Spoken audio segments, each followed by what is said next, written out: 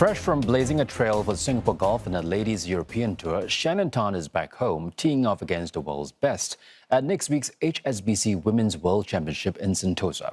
Making her second appearance in the $3 million tournament, the 21-year-old Order of Merit winner shares her plans to better her 34th position last year and earn herself an LPGA Tour card. She speaks of CNA's Nadine Yeam. Some of the world's best female golfers are set to compete at the upcoming HSBC Women's World Championship here at Sentosa Golf Club. With this tournament also widely regarded as Asia's major, I'm here to catch up with a special Singaporean golfer that has made her mark on the global stage not only for herself, but also the nation. And that's Shannon Tan, the first Singaporean to win on the Ladies European Tour, the first local female golfer to make the cut at a major, and the first Singaporean golfer at the Olympics. Having only made her professional debut in 2024, the 21-year-old has achieved plenty of milestones, but the journey had not been easy. The first few months, everything was new and different. I think even the off-course stuff, like the logistics to travel, like booking accommodation, visas and everything. So that was a bit new to me, but of course it was good to learn how to do that. And in terms of tournament prep, I think my prep's gotten a bit longer as the more I've played, just with warm-up and stretching and just putting more time into that. Tan will be competing at the HSBC Women's World Championship for the second straight year.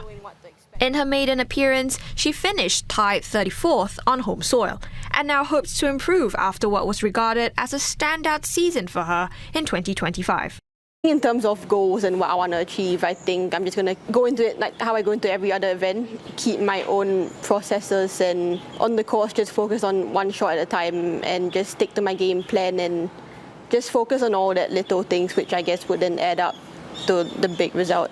And speaking of the Singapore golf scene, you have been the only Singaporean on the tour for a while now. How do you cope with things like loneliness and being homesick? I guess it's quite hectic when you're traveling on tour, but I do miss the food here a lot. I mean, I've got a few close friends, so we hang out and we play practice rounds together, and it doesn't really feel lonely. And I guess with family, they're back home when I'm traveling, but with technology now, you can just call them whenever you want to call. It's quite easy now. And I also get to come home 10 or 12 weeks a year, so I get to see them when I'm back home. The life of a professional athlete has its ups and downs. So when you are feeling down, when you feel that it's not your day, who forms your support system? Definitely family first. My dad and my mom has been with me since day one of my golfing career. I guess I've got my team around me as well. Golf is it's an individual sport, but at the same time, you've got your whole team around you, your coaches and your caddy and everyone. So I guess I rely on them as well.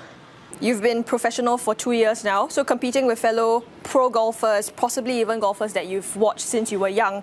How is that experience like? Can you describe that for us? Initially, I was quite starstruck to see some of them in the same playing field. I think my second event on the LET, I saw Georgia Hall, and she knew I was a fan of her, so she came up to me and said, that was the week after I won Kenya as well, so she was like, congrats on the win and everything.